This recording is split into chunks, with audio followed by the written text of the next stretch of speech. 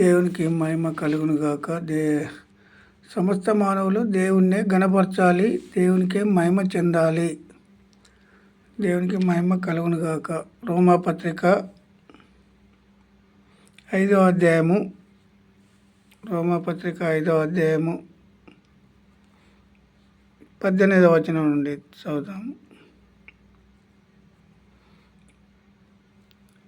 17వ వచనం.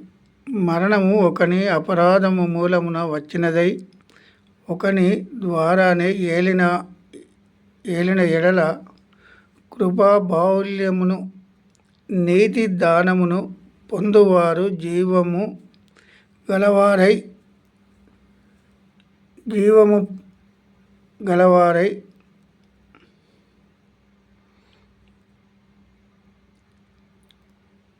కృపా బాహుల్యము నీతి దానమును పొందినవారు జీవము గలవారై మరి నిశ్చయముగా యేసుక్రీస్తు ఒకని ద్వారానే ఏలుదురు. యేసుక్రీస్తు ద్వారానే ఏలుదురు అందరూ.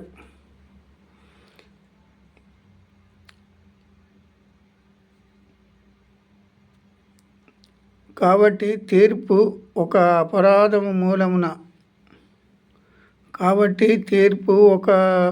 అపరాధము మూలమున వచ్చినదై మనుషుల అందరికీ శిక్షావిధి కలుగుటకు ఎలాగూ కారణమాయనో అలాగే ఒక పుణ్య కార్యము వలన కృపాదానము మనుషులందరికీ జీవప్రదమైన నీతి విధింపబడుటకు కారణమాయను.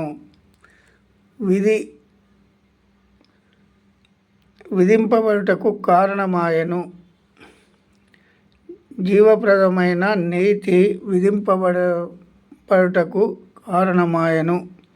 ఎలయనగా ఒక మనిషిని అవిధేయత వలన అనేకులు పాపులుగా ఎలాగూ చేయబడరో అలాగే ఒకని విధేయత వలన అనేకులు నీతిమంతులుగా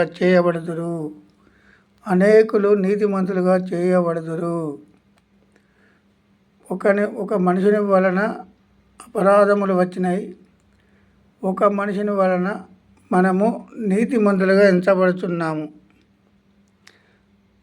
ఒకని విధేయత వలన అనేకులు నీతిమంతులుగా చేయబడుదురు. మరియు అపరాధము విస్తరించినట్లు ధర్మశాస్త్రము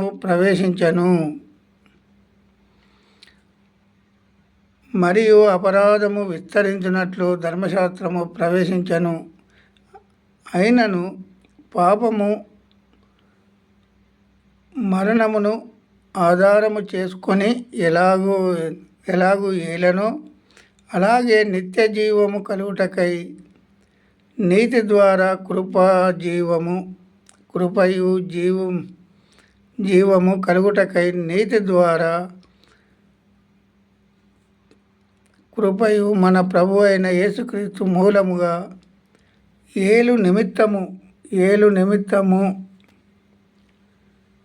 ఏలు నిమిత్తము పాపం ఎక్కడ విస్తరించెనో అక్కడ కృప అపరిమితముగా విస్తరించెను.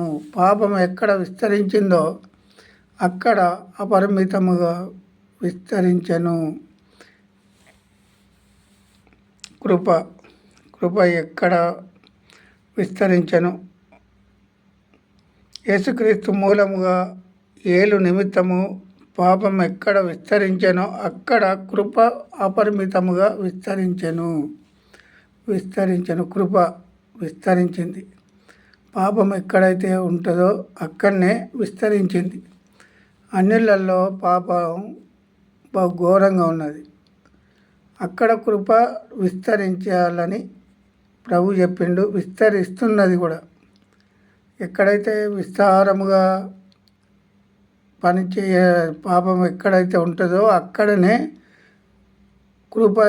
దేవుని కృప కూడా విస్తరించి ఉన్నది. ఎందుకంటే పాపం ఎక్కడ ఎక్కువ ఉంటుందో అక్కడనే దేవుని కృప నిత్యము నిలుచును. ఎందుకంటే నీతిమంతులుగా చేయడానికి లోకానికి వచ్చిండు దేవుడు. 2025 సంవత్సరాల క్రితం ఈ లోకానికి వచ్చి 33.5 సంవత్సరంలో ఈ లోకంలో ఉండి 3.5 సంవత్సరాలు మానవులకు బోధిస్తే ఎంతమంది అర్థం చేసుకొని ఉన్నారు, ఎంతమంది అర్థం చేసుకోలేదో ఈ మాటలు, ఈ ఆలోచన, ఈ క్రియలు. అర్థం చేసుకోలేని వారందరికీ అర్థమయ్యే విధంగాను దేవుడు సాయం చేసే దేవుడు. ఎవరు సాయం చేయాలి? దేవుడు చేయాలి. దేవుడే చేయాలి. కానీ దేవుడు చేయకపోతే ఏ మానవుడు నీతిమంతునిగా ఉండడు. అందరూ పాపంలో పుట్టిన వారమే. అందరూ రక్షింపబడాలని దేవుని సంకల్పం. అందరము రక్షింపబడాలని. అయితే ఒక్కని అవిధేయత వలన అపరాధములు మానవులకు ఎట్లా విస్తరించినాయో అలాగుననే అపరాధములు తీసివేయడానికి యేసుక్రీస్తు ప్రభు ఈ లోకానికి వచ్చి 33.5 సంవత్సరాలు ఈ లోకంలో ఉన్నాడు. 3.5 సంవత్సరాలు మానవులకు బోధించాడు. ఇది చెప్పాలి ప్రతి మనిషి నుండి మనిషికి. కానీ ఇది తగ్గింపు అయిపోయింది. ఇప్పుడు ఏది విస్తరిస్తుంది? పాపమే ఎక్కువ విస్తరించే విధంగా కొంతమంది ముందుకు తీసుకుపోతూ ఉన్నారు. కానీ దేవుడు వాళ్ళను ఒక రోజు తొక్కివేసే దినం వస్తుంది. తొక్కివేస్తాడు. దినదినము మన ఆయుష్కాలం పొడిగించేది. ఎందుకంటే సువార్త ప్రకటించడానికి మాత్రమే, మనం సువార్త ప్రకటించడానికి మాత్రమే మన ఆయుష్కాలం పొడిగిస్తున్నాడు. కానీ మనమే గ్రహించలేకపోతున్నాము. గ్రహించాలి. ఈరోజైనా గ్రహించాలి. ఒకని అపరాధములు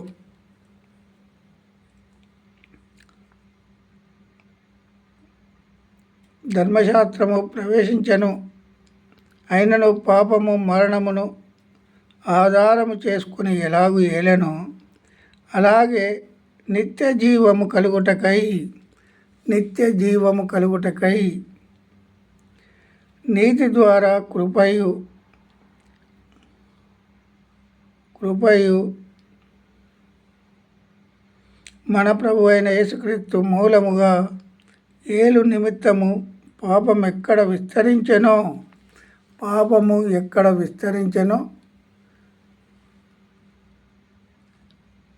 యేసుక్రీస్తు మూలముగా ఏలు నిమిత్తము పాపం ఎక్కడ విస్తరించెనో అక్కడ కృప అపరిమితముగా విస్తరించెను.